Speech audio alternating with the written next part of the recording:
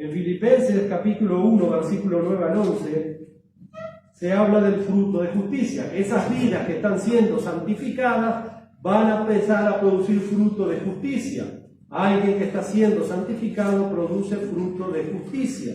Filipenses 1, 9 al 11, Pablo dice ahí: y esto pido en oración, que vuestro amor abunde aún más y más en ciencia y en todo conocimiento, para que aprobéis lo mejor, a fin de que seáis sinceros y irreprensibles para el día de Cristo, llenos ¿de qué? De frutos de justicia. Llenos de frutos de justicia, que son por medio de... ¿Quién es Jesucristo en Juan 15? Es por medio de Él, hermano. No es porque yo soy más santo, no es porque yo soy más inteligente, no es porque yo soy más vivo, no. Es Cristo en mí el que produce estos frutos de justicia. Dice ahí, lleno del fruto de justicia, que son por medio de Jesucristo, la vid verdadera, para gloria y alabanza ¿de quién? De Dios. ¿Quién es Dios en Juan 15? En esto glorificado mi Padre, en que llevéis mucho fruto y vuestro fruto permanezca. ¿Vieron? Acá está resumida la enseñanza del Señor en Juan 15, en este pasaje de Pablo aquí. Fruto de justicia, mucho fruto de justicia, que es por medio de Jesucristo. Santiago 3:18 habla del fruto de justicia en los cristianos, porque recuerde que la congregación que pastoreaba Santiago era una congregación muy difícil, había muchos pleitos, entre ellos celos, ira, contiendas, disensiones, discriminaciones, los ricos con los pobres, una carta muy cortante la de Santiago. Dice, ¿dónde vienen los celos y los líos entre ustedes? No entre los de afuera, dice Santiago. ¿Dónde vienen toda esa manga de celos, líos y pleitos entre ustedes? ¿No son de vuestras pasiones que los gobiernan? Por eso les dice ahí Santiago 18, el fruto de justicia se siembra en paz para aquellos que hacen la paz. ¿Usted es un pacificador, mi hermano? ¿Usted está dando ese fruto de justicia? ¿Es un pacificador? El fruto de justicia se siembra en paz para aquellos que hacen la paz. Hebreos 12:11, tenemos otro pasaje que habla acerca del fruto de justicia. Se nos dice ahí, Hebreos 12:11, es verdad que ninguna disciplina al presente parece ser causa de gozo. Quizá alguno está pasando en este tiempo presente por una disciplina del Señor. Es decir, Dios está tratando con su vida. ¿Por qué Dios está tratando así con su vida? Bueno, sí. Hermano, a mí no me molestan los niños, es una bendición que hagan ruido, que a mí no me distrae. Es una bendición tener niños en la casa del Señor y que pueden jugar tranquilos. A mí no me molestan, que ellos jueguen, que griten, son niños. Perfecto. Miren lo que decía allí, hermanos. Es verdad que ninguna disciplina al presente parece ser causa de gozo, sino de tristeza. ¿Verdad que no nos gusta cuando estamos pasando por un momento difícil? Pero, ¿qué va a pasar después? ¿Qué va a pasar después? ¿Cómo es ese fruto, hermano? Apacible. Es un fruto de paz. Es un fruto benigno. Es un fruto que no reclama nada. Es un fruto que no echa en cara nada. Después da fruto posible. Ahora, si no somos disciplinados por el Señor, ¿cómo vamos a dar este fruto, verdad? ¿Cómo vamos a dar este fruto? Gracias a Dios por la disciplina. Gracias a Dios por esos tiempos difíciles que Dios prepara nuestra vida, no para hacernos mal, hermanos. No, Dios nos está podando con el fin de que demos fruta. Y más fruta, y mucho fruto. Y de esa manera su nombre pueda ser glorificado. Recuerde que en el contexto de Hebreos 12 la disciplina venía por el tema de la persecución. Dios estaba permitiendo que los judíos estuvieran persiguiendo a esta congregación de hebreos y muchos los desposeían de sus bienes, eran encarcelados, pero los verdaderos creyentes seguían fieles. Los falsos creyentes se volvían atrás. Por eso el escritor de los hebreos dice, si retrocediere no agradará mi alma. El contexto entonces es la persecución. Y este pasaje de Hebreos 12, pero muchísimo más en la Escritura, que podíamos leer muchos más pasajes, pero no lo vamos a hacer, simplemente es un punto para remarcar eso, pero describen que el fruto llevado a los cristianos como resultado de la persecución y de toda clase de tribulación se va a manifestar en nuestra vida. Hermano, el cristiano tendría que ser así: cuanto más perseguido, más tribulación, más adversidad, más fruto tendría que dar. No menos, más fruto. Por eso todos conocemos el famoso pasaje Romanos 8:28, ¿verdad? ¿Qué dice Romanos 8:28?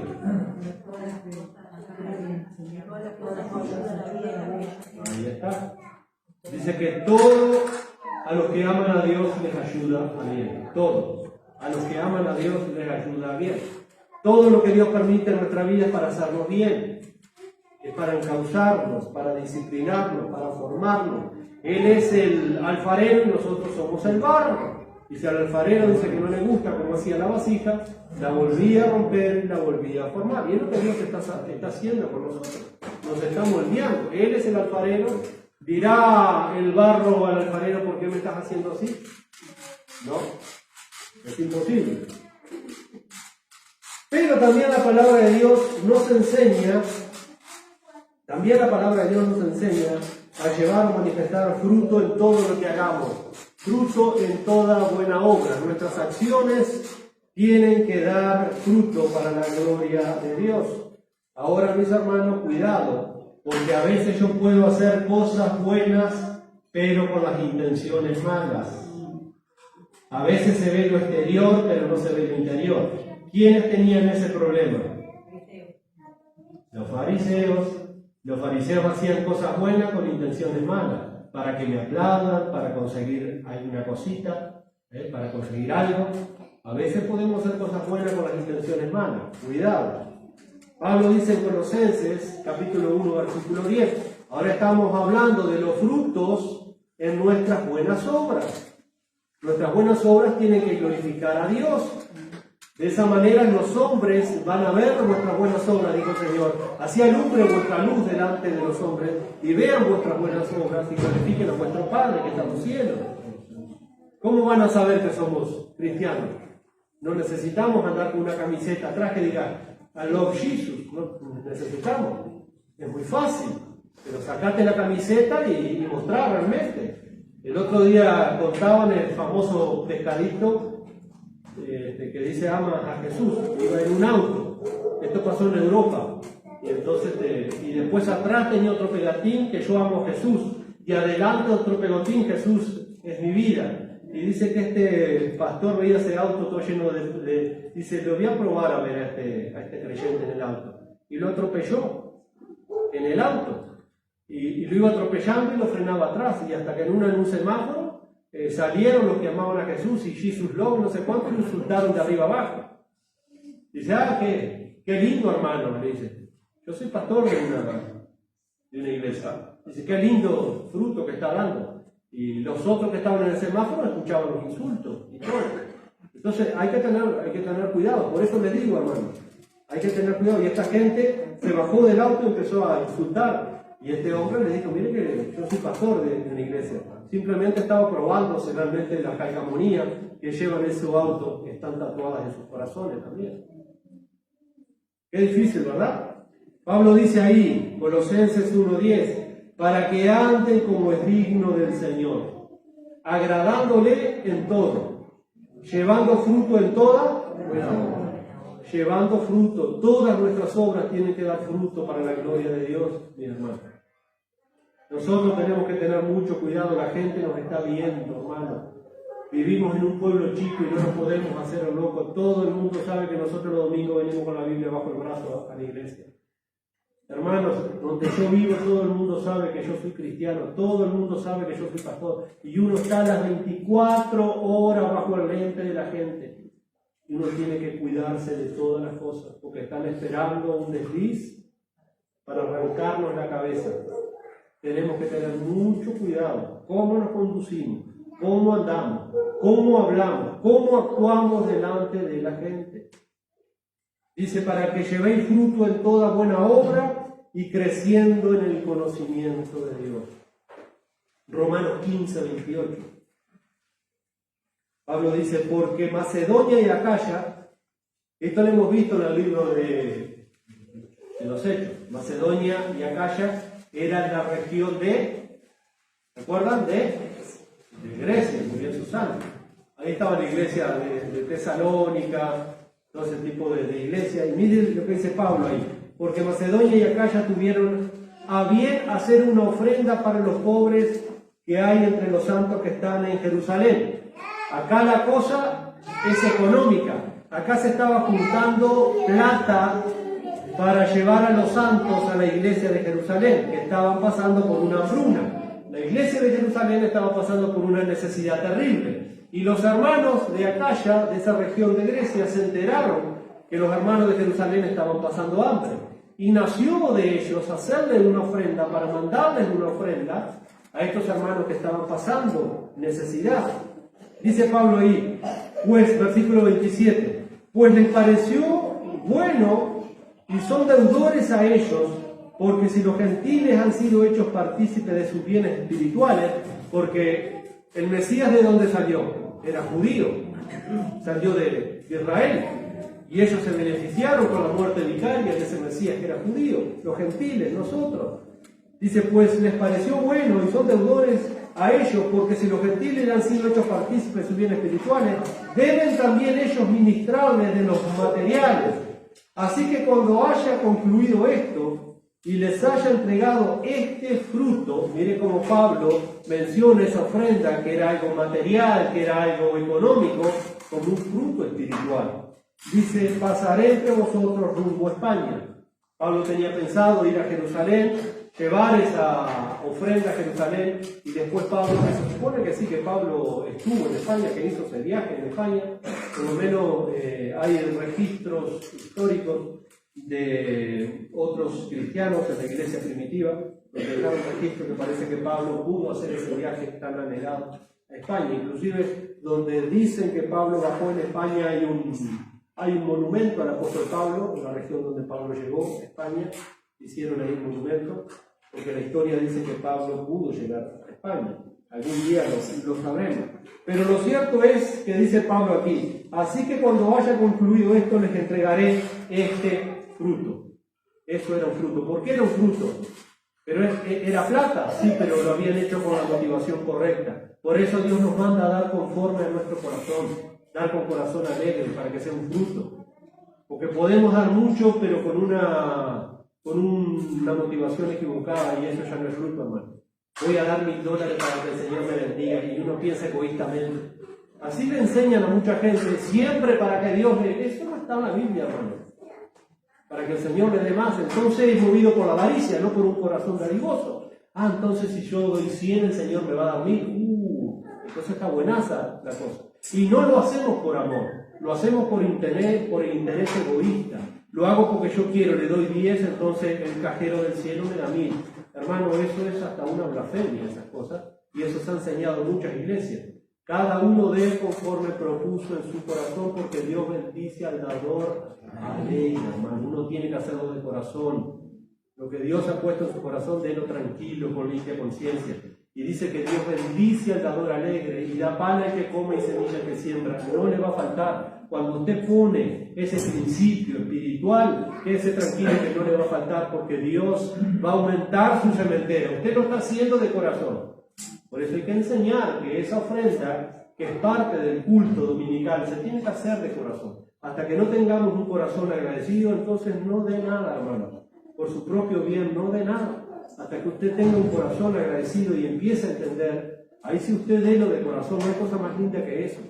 Todo lo que hagamos, dice el apóstol Pablo, tenemos que hacerlo de corazón, como para el Señor, y no como para los hombres, sabiendo que del Señor recibiremos la herencia, la recompensa. Hágalo de corazón, mi hermano, todo lo que haga. No importa que todos lo abandonen. A Pablo lo abandonaron, todos los que están en Asia me abandonaron, pero el Señor estuvo a mi lado. No mira el costado, no mira a fulano, no mira a mengano. Mira al Señor que lo sostiene, mira al Señor que lo fortalece, mira al Señor que es el que le da pan al que come y semilla al que siembra. Él nunca nos defrauda, nunca nos deja. Como le decía hoy a Josué cuando leíamos la lectura, nunca te dejaré, nunca te desampararé. Como estuve con Moisés, estaré contigo. A nosotros nos dice, aquí yo estoy con ustedes todos los días hasta el fin del mundo. Hermano, crea de corazón en el Señor Jesucristo. A ver cómo su vida va a ir creciendo, va a ir madurando. Filipenses 4:17, otra vez acá el contexto es la ofrenda de los filipenses a Pablo. Ellos habían juntado cosas materiales para mandarle al apóstol Pablo, porque estaban preocupados por la condición del apóstol Pablo. Y Pablo dice en Filipenses 4:17, no es que yo ande buscando dádivas en ustedes, sino que busco fruto que abunde en vuestra cuenta, que ustedes hagan las cosas de corazón para el Señor, para que tengan fruto que abunde en vuestra cuenta. Cuando uno hace las cosas de corazón para el Señor, eso es fruto que abunda en vuestra cuenta, mi hermano. No venga mascando el freno, no venga regañadiente, porque Dios no va a bendecir esa mala actitud. Jesús reprochó duramente la actitud de los fariseos. Ustedes son sepulcros blanqueados y vuestro padre es el diablo. Ustedes no son hijos de Abraham. Porque si fueran hijos de Abraham, ustedes harían las obras que hizo Abraham. Pero ustedes hacen las obras de vuestro padre el diablo, que es homicida desde el principio, es mentiroso desde el principio y no ha permanecido la verdad. Y ellos hacían cosas, muchas cosas, para ser vistos de la gente. Oraban para ser escuchados por la gente, no para que Dios los escuchara. ¿Cuánto tenemos que aprender nosotros y aplicar a nuestra vida? No es que busque dádivas, dice, no es que busque dádivas personales. Hermano, Pablo no buscaba un beneficio personal para sí mismo, sino el bienestar, el crecimiento espiritual de los creyentes y desde luego, hermano, la recompensa eterna de los cielos. Eso era sumamente importante. Vemos la preocupación de Pablo por la doctrina, por la enseñanza, por el orden. Por eso establece muchos mandamientos testamentarios, cómo se tenían que hacer las cosas, para que la iglesia creciera, para que hubiera un orden, para que Dios derramara de su gracia y de sus bendiciones. 1 Pedro 4:10 nos dice ahí el apóstol Pedro que cada uno de nosotros somos responsables de bendecir a los demás con los dones que Dios nos ha dado. Cada uno dice, ministre ese don a los demás como buenos administradores de la multiforme gracia de Dios. Hermano, no es para mí, somos un cuerpo, no somos solos, somos un cuerpo. Nosotros somos responsables, cada uno de nosotros. Dios nos ha dado dones, talentos, capacidades. No se los guarde, no lo entierre. Va a ser recriminado duramente en el tribunal de Cristo un día. No entierre su talento, hermano. Déselo a la iglesia, que es el cuerpo de Cristo. Es ahí donde Dios bendice realmente. Cada uno, dice ahí el apóstol Pedro, ministrelo a los demás. A veces estamos demandando y demandando del otro y demando, pero ¿cuándo vas a dar eso que Dios te ha dado? Esos dones, esos talentos, esas capacidades en beneficio de nosotros. El fruto también tenemos de ministrar y confirmar las almas para Jesucristo. Eso es una responsabilidad de cada uno de nosotros. De alguna manera, hermano, nuestra vida y nuestro servicio tiene un impacto en los demás. Si hacemos las cosas bien, tiene un impacto positivo. Si hacemos las cosas mal, tiene un impacto negativo. ¿Cuántos mal testimonios? ¿Cuánta gente no quiere venir a la iglesia porque los cristianos han dado un pésimo testimonio? Pero ¿cuánta gente ha visto un buen testimonio de un cristiano y se ha arrimado? ¿A qué iglesia va? Yo quiero ir. Yo quiero ir. Está impactado con nuestra vida, impactado con nuestra manera de vivir. Pero muchos dicen, ¿y qué voy a ir a su iglesia, pastor, si va fulano de tal? Y afuera es impresionante. Entonces, hermanos, tenemos que tener cuidado porque nosotros tenemos que dar fruto para las almas, hermanos, fruto para las almas. Y eso es fundamental. Romanos 1:13, Pablo dice, pero no quiero, hermanos, que ignoréis que muchas veces me he propuesto ir a vosotros, pero hasta ahora he sido estorbado para tener entre vosotros algún fruto. Pablo quería ir a ministrar a la iglesia y ver allí fruto. Pablo quería ser de bendición con su presencia, enseñarles, ministrarles, exhortarles, corregirles, animarles, consolarles, para ver fruto en esos creyentes. ¿Cuántas veces nosotros nos negamos a hacer favores a un hermano? Ya sea una oración, ir a orar, abrazarlo, lo que fuere. De alguna manera ministrar a ese hermano. Por eso somos un cuerpo, hermano. Un cuerpo. Nosotros tenemos que ministrar a los demás. Dice allí Pablo, para tener también entre vosotros algún fruto, como entre los demás gentiles. Pablo estaba interesado, él quería ir para ver si podía tener algún fruto entre ellos, ser de bendición entre ellos, con la palabra de Dios. Y Pablo no llevaba cosas materiales, era espiritual lo que Pablo tenía para dar. Y vaya que tenía para dar espiritual. El Señor dijo en Juan capítulo 4, este mismo evangelio, al comienzo, versículo 35 y 36. ¿No decís vosotros, aún falta 4 meses para la siega? He aquí os digo, alzad vuestros ojos y mirad los campos, porque ya están blancos para la siega. Mire qué metáfora está usando el Señor.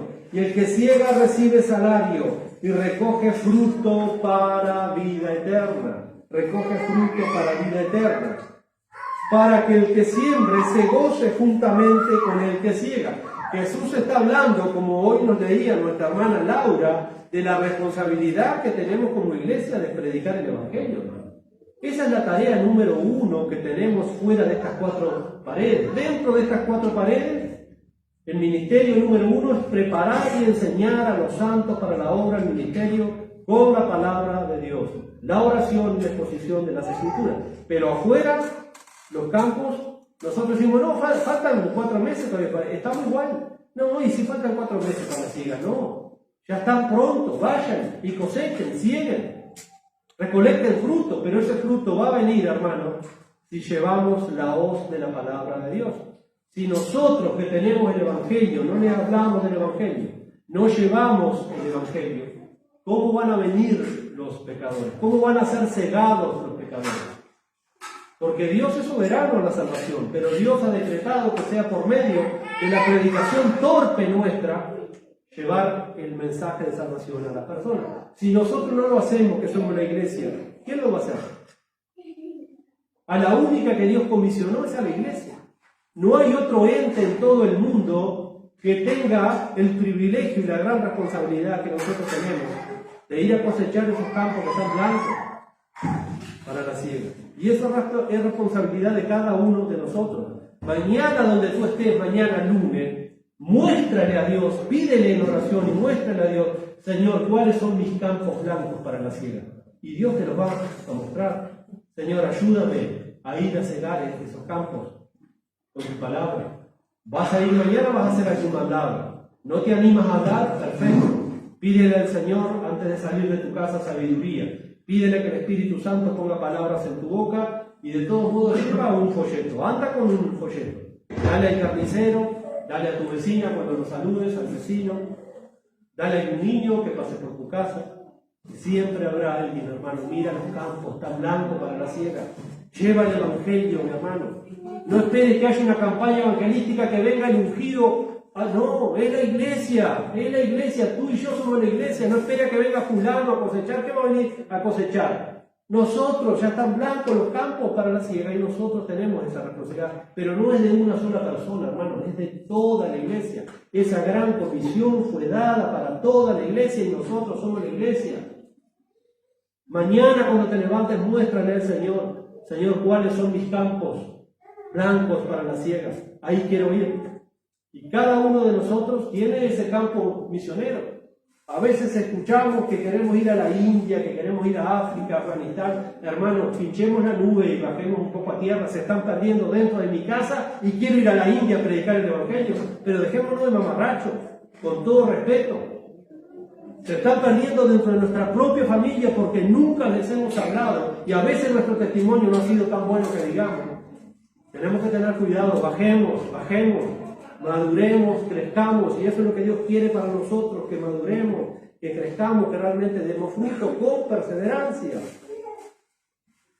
Dice, el que ciega recibe salario y recoge fruto para vida eterna. Qué maravilloso lo que Jesús dice acá. Hermano, el que ciega recibe salario, no trabajas en vano, estás sirviendo a Jesucristo, recibe salario y recoge fruto para vida eterna, para que el que siembra, dice, se goce juntamente con el que ciega. Nosotros de repente estamos cosechando lo que otros sembraron con mucha lágrima y sudor.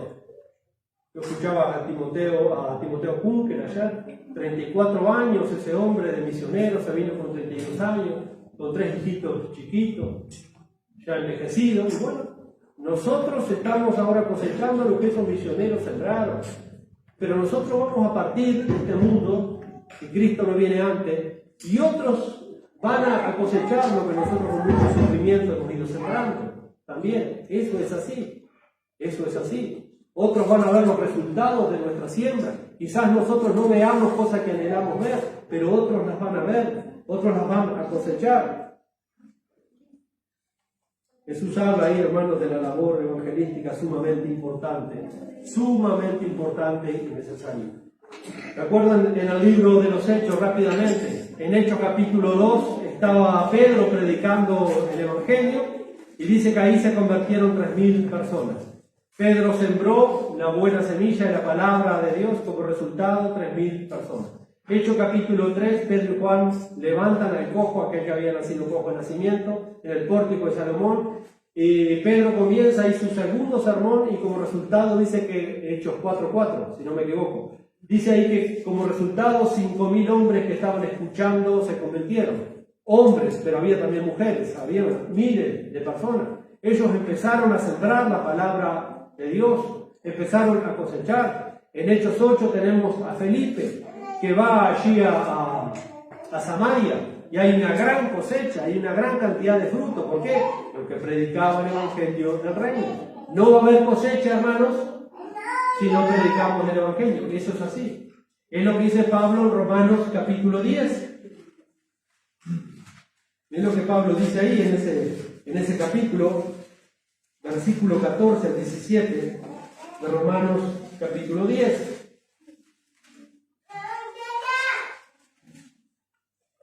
¿Cómo pues invocarán a aquel en el cual no han creído? ¿Y cómo van a creer en aquel de quien no han oído? ¿Y cómo irán sin haber quien les predique? ¿Y cómo predicarán si no fueren enviados? Como está escrito, cuán hermosos son los pies de los que anuncian la paz, de los que anuncian las buenas nuevas. Pero si nadie va y les dice, es imposible que se conviertan. Se van a convertir cuando escuchen el Evangelio. Y es lo que vemos, el patrón que vemos en el libro de los Hechos. La predicación del Evangelio, la predicación de Cristo, crucificado, resucitado. Lo vemos eso claramente. Y luego en Hechos 10, ahí tenemos la entrada de los gentiles al reino de los cielos, con la predicación también de Pedro en la casa de Cornelio. Bueno, sin duda, hermanos, que la obra principal de la iglesia es esa, es la predicación del Evangelio. Si queremos ver fruto, hay que predicar el Evangelio. Y queremos ver fruto, hermanos, queremos ver ovejas, porque si modificamos el Evangelio, no vemos ovejas, vemos cabras.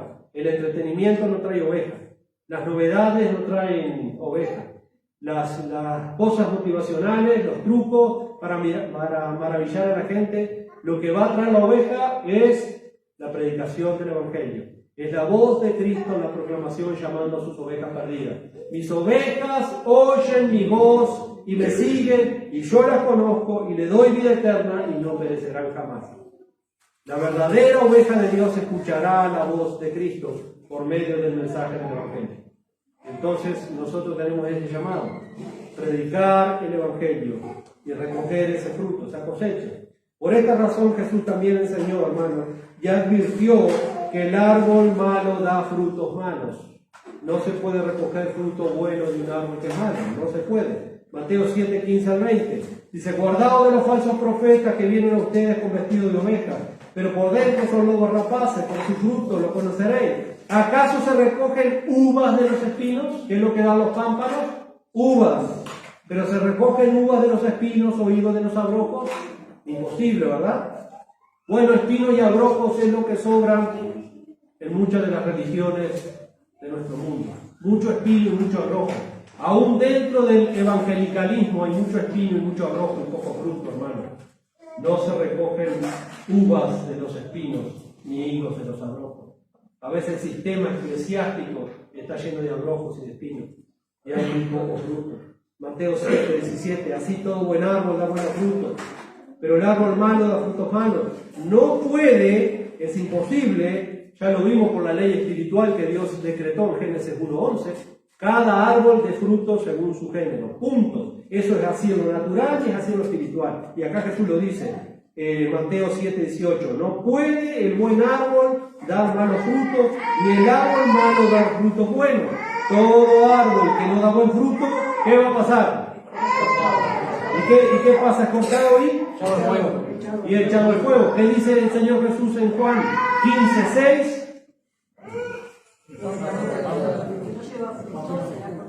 ¿Y qué va a pasar? Y fuego, el juicio, está hablando de juicio. Juicio, serán quemados, serán juzgados. Y acá habla de lo mismo, es cortado y echado en el fuego. Por eso Juan el Bautista le decía a los judíos, ya el hacha está puesta en las raíces. El hacha ya está puesta en la raíz. Ese árbol que no dio fruto, esa higuera estéril que no daba fruto, los frutos que yo buscaba, fue cortado y fue quemado, como Dios lo había dicho. Y curiosamente, hermanos, hablando de esto, en Marcos, vamos a ir a Marcos, está en Mateo, pero vamos a ir a Marcos, en el capítulo 11, van a ver cómo funciona esto aquí. Marcos, capítulo 11.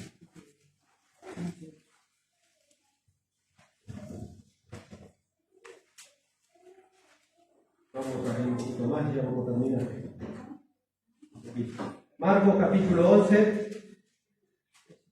También acá estamos en la entrada triunfal del Señor Jesucristo cuando entra ese primer domingo, el primer día de la semana, un domingo, en la última semana también. Esto es importante tenerlo cronológicamente, porque todo este relato de Juan 15 es la última semana, es antes de ser crucificado. Y acá esto también, el Señor está entrando, la entrada triunfal, ahí en Marcos 11, y dice allí en el versículo 10 en adelante, dice, bendito el reino de nuestro Padre David que viene, hosana en las alturas. La gente gritaba como loco a Jesús, que venían entrando en el pollino. Dice, y entró Jesús a Jerusalén. Miren lo que empieza a decir el versículo 11. Entró Jesús en Jerusalén, era la última semana, era el último domingo, era la última vez que entraba de forma física a este lugar. Dice, y habiendo mirado alrededor todas las cosas, dice, como ya lo decía, se fue a Betania con los 12. Pero dice que el Señor entró a Jerusalén y en el templo. Este detalle es importantísimo, porque para los judíos el templo era la casa de Dios. Para los judíos el templo era la morada de Dios. Y ellos adoraban su templo. Y dice que el Señor entró a Jerusalén, pero entró al templo y dice que miró todas las cosas. Y como se hacía tarde, se fue a Betania. Betania eran sus amigos María, Marta y Lázaro, quien habían resucitado. Estaba muy cerquita de Jerusalén, dice 15 estadios, unos 2 kilómetros y medio, 3 como mucho. Se fue para ahí. Y miren lo que sigue diciendo. Al día siguiente, el lunes, al día siguiente, cuando salieron de Betania tuvo hambre. Venía con sus discípulos. Dice, y viendo de lejos una higuera que tenía hojas, fue a ver si tal vez hallaba en ella algún fruto. Pero cuando llegó a ella nada halló sino hojas, pues no era tiempo de higos. Entonces Jesús dijo a la higuera, nunca jamás coma nadie fruto de ti, y lo oyeron sus discípulos. Nunca más el Señor maldijo esa higuera, y esa higuera que el Señor maldijo se secó, no dio fruto. Porque eso está representando a la nación de Israel que no produjo los frutos de justicia que Dios deseaba. ¿Qué hace Jesús después de esto? Los discípulos quedaron impresionados. ¿Y el Señor qué está haciendo? Les estaba enseñando una lección objetiva. Después que el Señor hace esto, que maldice esa higuera, que nunca había dado fruto, era puro follaje, está hablando de la fachada religiosa podrida que había en Israel, que el Señor condenó. Ay, ustedes, escribas y fariseos hipócritas, Mateo 23, los ayes de condenación al sistema religioso podrido de Israel, que nunca dio los frutos, esa higuera estéril, que fue juzgada en el año 70, que fue quemada, que fue destruida, que recibió el juicio de Dios. ¿Qué hace el Señor después que maldice a la higuera?